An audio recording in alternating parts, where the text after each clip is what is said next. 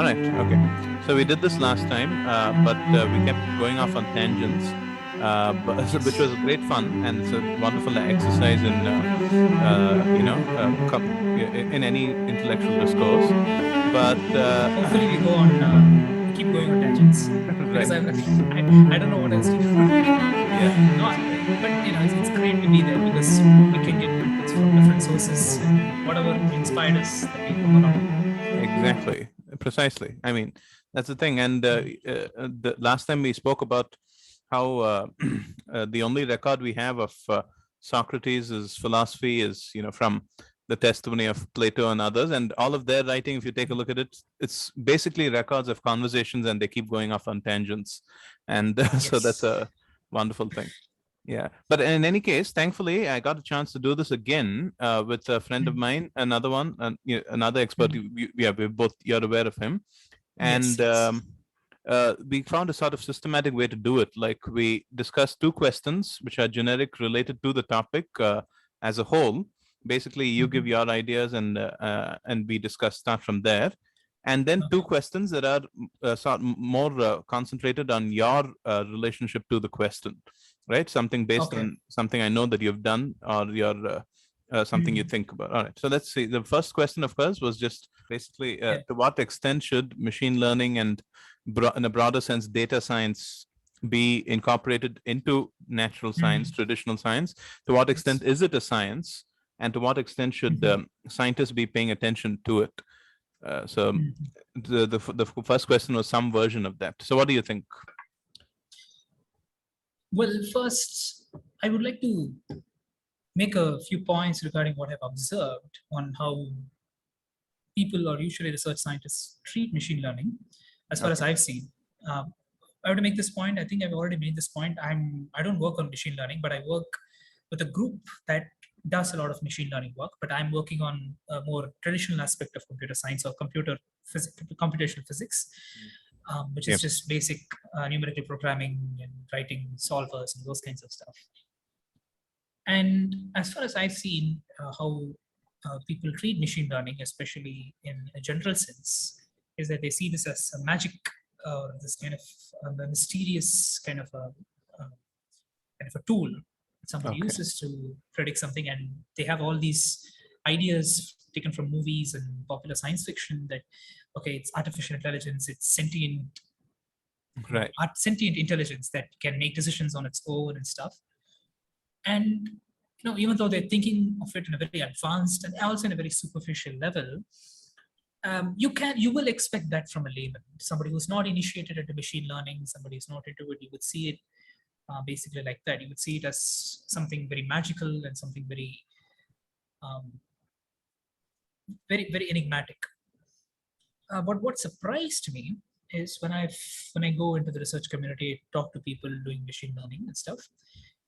It's surprising that in a different way, in a certain different way, I've seen people observe it still as very magical and something very enigmatic, even though they do research, they do use machine learning tools for their work, and which i which I don't see it that way.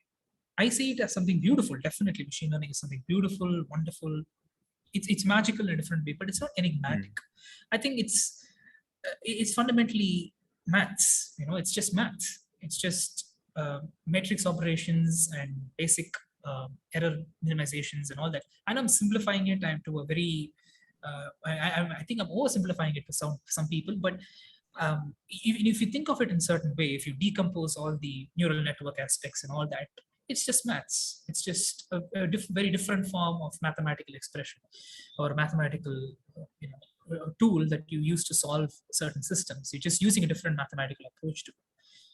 And what I'm surprised is that even in the research community, that people still see it as some kind of this different entity, but they're not seeing the math behind it. They're not accepting it as another numerical tool, but but they're kind of separating it from any other numerical aspect of programming or computational physics, Mm. which is surprises me because I don't see it that way. As a numerical programmer, I see the math behind it. I see it just as writing code and solving an equation. What really differs is how you represent it. It's representation wise, it's different, it's unique, and it's more understandable, it's more tangible, it's more relatable, because you're using neurons, neural networks, they're a huge boost to it. But for somebody who's working in traditional numerical programming, we don't have such visualizations. We see, what we do see is graphs, how the error minimizes over several iterations, and how efficient it is. And what we do is we see it in plots, and we see it in equations, we see it in these discrete equations regarding algebraic variables, we see matrix operations, we see it that way, we see it as it is, we don't have any visualization wrapper around it. But for people working in machine learning, they have that advantage of that wrapper, which makes them access the math a lot better. But you have to understand that looking at that visualization should only give you a better learning of that, or better understanding of the math behind it, and not take that visualization as it is. Okay. And for me, I'm surprised to see that many people do see it that way, but we all know that it's not so, that the visualization doesn't end there. There's something deeper behind it, and that's the math behind it. So that's what I've seen with general approach to machine learning itself, irrespective of how they apply it. The very philosophy, or the very understanding of machine learning, is something, that's what I see. Not very different from a layman. Not very different from? An ordinary person who sees machine learning and stuff as something magical. I mean, this is not on the same level of a layman, this is a bit deeper, but it's still, very superficial, and it's not, as a researcher, you have to be right there at the core. You have to be right there at the fundamentals of understanding things. But looking at just the visualization aspect of it, and just taking it that at face value, and not going deeper into the math is for me a bit disappointing. But I understand why you would want to, rely on those neural network aspects and those maps and stuff. But for me, I wish machine learning was thought even more further, with constant references to the math behind it. I get it that when most machine learning courses will start from the math, they will bring linear regression, logistic regression, which is something you'll already see. They'll talk about gradient descent methods, which you've already seen, which is classic numerical programming, gradient descents. But when you go much deeper, when you go to the neural network aspect, facial recognition aspect of it, the courses certainly stop, where they just stop at the neural network layer and they just go away from there. But they don't show a deeper relation. And they only teach you certain aspects of it, which will help you fine-tune those networks. But apart from it, they don't show you the deeper richness and beautiful meaning behind it. And I think that's what the beauty of machine learning is. Despite you seeing it as completely different from traditional mathematical tools, it's not. It's still maths, but just represented very differently. And that's what's so powerful about it. And that's the modern programming paradigm. It's not just with machine learning. You see it with UMLs as well, which is, look at it, it's classic object-oriented programming, just represented differently. That there are more diagrams, there are more graphical representations, which make it easier to understand. And because of that, don't get me wrong, I'm not against those visual representations. But what I'm saying is, because of those representations, you will start seeing newer applications for the previously used mathematical methods. You will see more wide-ranged applications for it. And you use the same methods, but put it in different contexts and solve different kinds of problems. Now, nobody would have thought to use gradient descent for predictions. You would normally use it to solve, a certain equation, a nonlinear equation, or linear equation, or a matrix operation, or something like that. But nobody would have imagined to use that to solve, a predictive system. But you do, and that's mainly because of the visualizations. Okay. Right. Okay. No, I get it. Okay, that's extremely interesting. So I forgot to basically talk about your interest here. So for anyone who's interested, Anirudh's a physicist. So that plays into our question of traditional science, the relevance to traditional science. And besides that, you're a astrophysicist who works mainly on the computational aspect of things. So that again, so basically you're really well equipped to evaluate this question over here. This question at the center. In a way, yes, I'm basically an initiate into this area. You would say I'm an amateur. I'm not that experienced, but I've seen things, I've made observations, and that's all it is. Just my observations. And I'm willing to be proven wrong. If I made something, I'm willing to learn. Right. And of course, mainly the thing is, you're on the border between these two subjects, computing and traditional science, natural science. That's the thing. That's why we're interested. So yeah, so a lot of things. Yeah. Okay. So first of all, the way in which people view machine learning, you described it as a kind of awe or fascination with something magical, a seemingly magical tool. Yeah. This is actually, I saw a similar characterization as far back, I think, as the late 90s when Don Knuth said that the problem with artificial intelligence, he praised actually artificial intelligence. This was when he was still working on volume 4 of his class, of his tome. And he said some of volume 4 plays very well into artificial intelligence because some of the best work in computer science came out of researchers into artificial intelligence, though they ended up in subjects quite far removed from it. And then he said the problem came into the problem with artificial intelligence was that somewhere along the line, companies started to treat it as a kind of panacea, right? This is what Knuth said. This was the great error that they made, seeing AI as a kind of panacea with which you can use the model. Panacea, meaning, a kind of medicine that can cure everything. Okay. Yeah, solution to cure all ills, basically.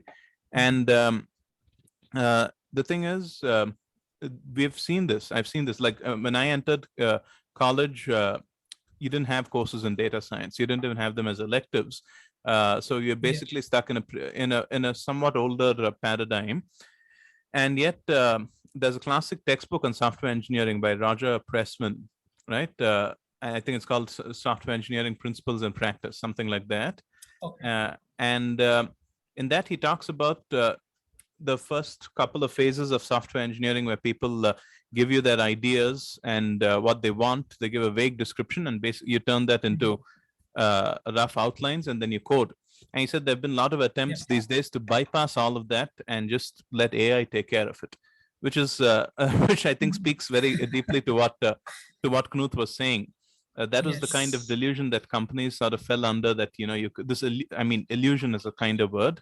Illusion that companies fell under, where they felt like you could just use this for everything, anything and everything. And it's not just companies. In fact, it's perhaps even more in the public sector. You and I have read some pretty painful papers on trying to use deep learning to model diode behavior and all of those things. So we see in the public painful and incomprehensible. But yes, it is taken as a kind of panacea. In fact, I have someone else who works in academia, has worked in computer science in academia for a long time, has spoken about how everybody these days basically proceeds with the research project in 2 steps.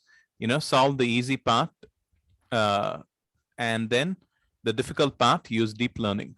So the part which might require a couple of weeks work, you send it off to deep learning. So that's an unfortunate I have to just say something here for those who just take deep learning very lightly. It's not very easy to do it still. It's still pretty difficult even for the most trained ones who work with machine learning and stuff. It's not very easy to work on. So even though what we're trying to say is not saying that it's easy to do, but it's more we are becoming overly reliant on such AI and deep learning models. I think that's what you're implying here. Exactly, not just overly reliant. It is seen as a panacea. I mean, Knuth used the great term there. It's seen as something that can solve everything, anything and everything. But that's an unfortunate situation. Then I want to leave this point about mathematics for a moment. I'll get back to that. Oh, actually, the next point is perhaps deeper. So let's talk about mathematics. You said that it should be, just basically mathematics. Yeah, that's true. In fact, in a way, it's largely about linear algebra, right? Linear algebra, and matrix operations. Yeah, so that's that's true. And linear algebra is really powerful. It's something that puzzles me, So I've spoken before on the channel about how linear algebra is something that is, extremely powerful. It casts such a wide net that you can use it to model just about anything. When people started using linear algebra in physics, actually, when people started using linear algebra in physics, this was not very clear. You yourself, you're aware of the entire controversy of matrix mechanics, how it unfolded. And yet, that story tells us that Heisenberg actually didn't know much about, was not familiar with linear algebra. And becomes very clear when you read Heisenberg's own book, Principles of, it was called Physical Principles of Quantum Theory. And Yeah. in that, he makes a very funny remark, which I've quoted before. He says, quantum theory in this sense has a lot in common with the theory of relativity, since both of them make fundamental use of matrices.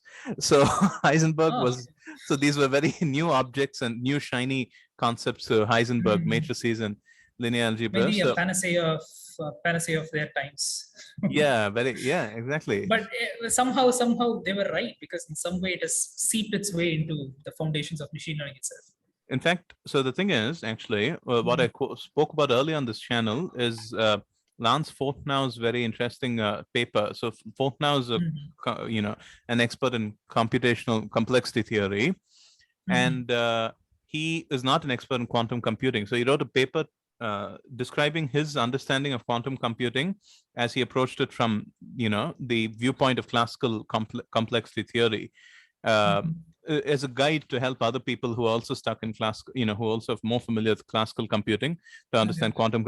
And the most important part of the paper was a section that came very early where he basically demonstrated that linear algebra is, it's like a Turing complete system. You can simulate every single mathematical computation using linear algebra. I mean, we already knew this because in some sense, we knew this because we use matrices when studying transition functions in computer science, but he demonstrated in a much neater and simple way. So, in fact, it is actually a panacea, right? In fact, in the sense that it covers all of mathematics. Yeah, it covers well, all of as mathematics. far as we have seen. So, yeah, it is kind of looks that way.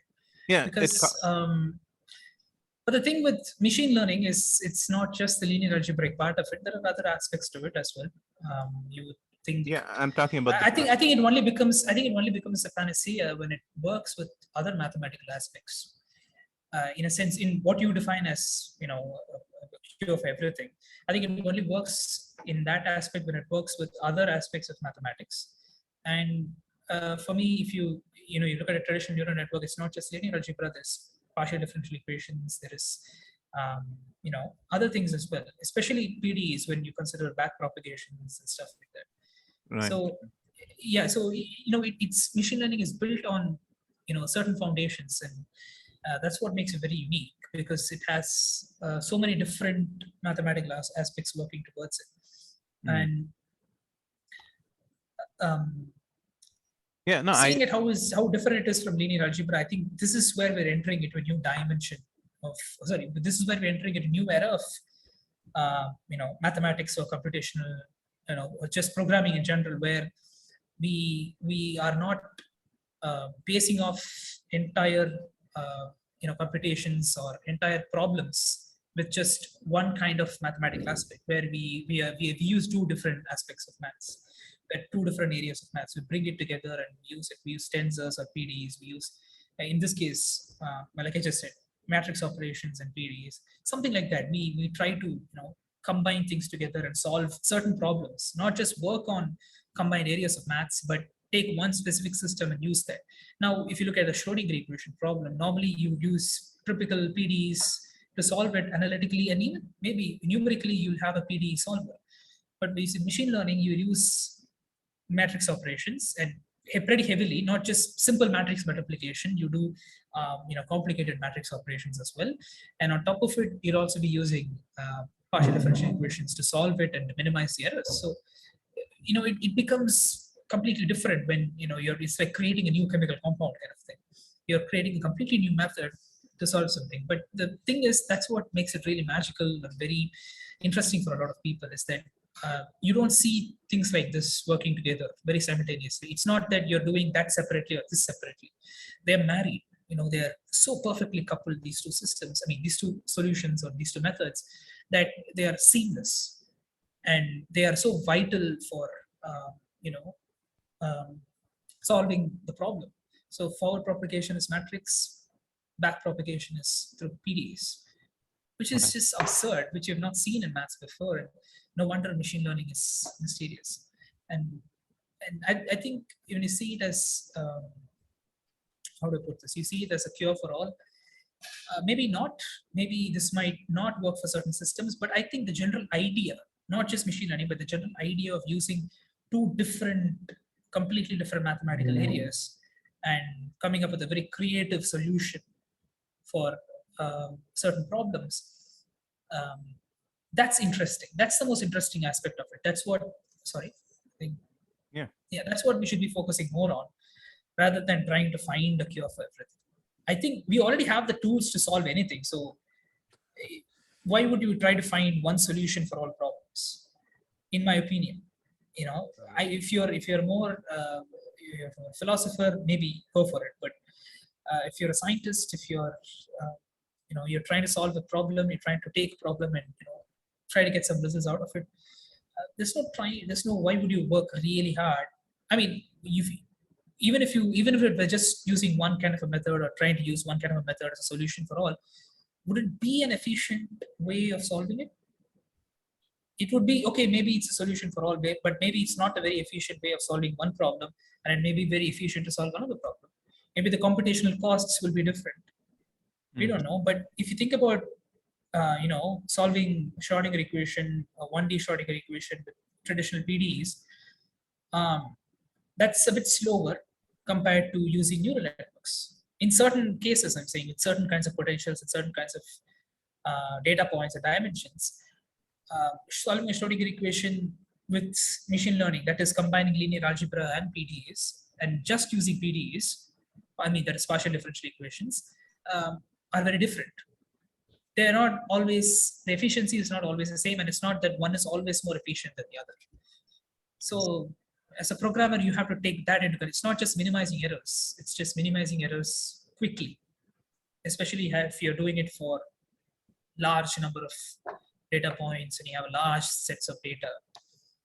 Then you have to take into account the speed of how fast you do it. Then if you don't take into account speed, then you will be wasting energy, you'll be wasting time, so many other things. So I think we have to really think when we say the word panacea, when we say that.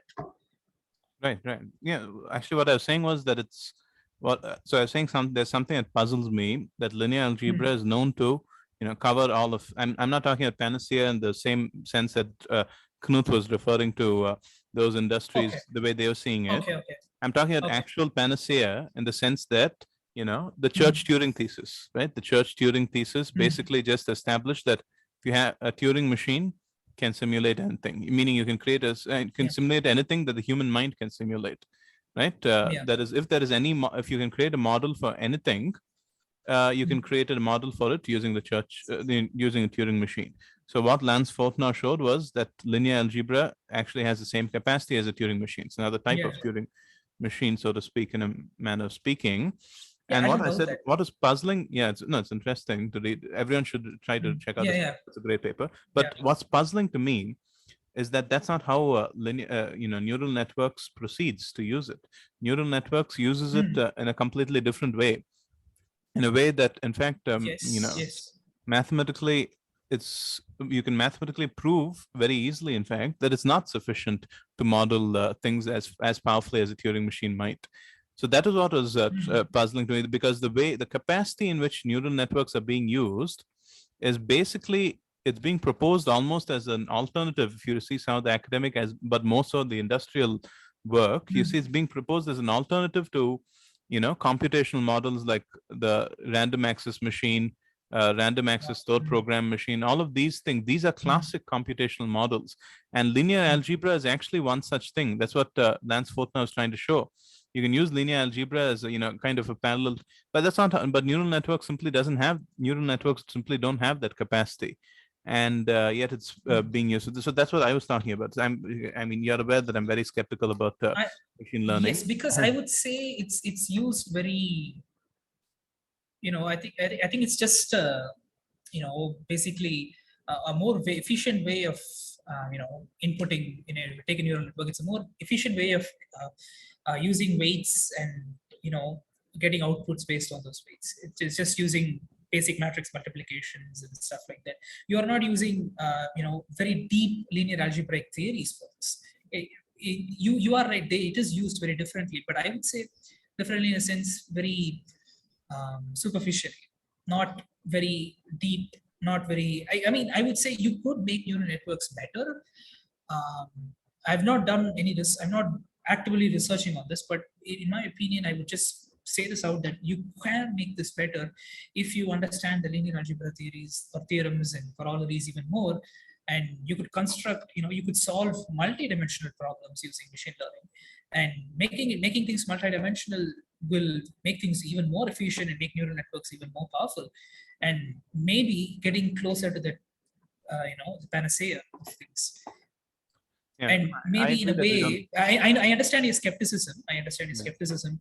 In the current state, yes, even I'm skeptical of neural networks and seeing how efficient they are. But yeah, they're easy. They're easy to grasp for for a beginner, for a beginning programmer into machine learning. They're easy to get. It's simple matrix operations. But if you think more in linear algebra sense, you would see that no wonder Lance Fortner showed that, because linear algebra is vast, and you think about n dimensions, and you talk about infinite dimensions, you talk about bases, you talk about sets, whatever it is, vector spaces, and so on.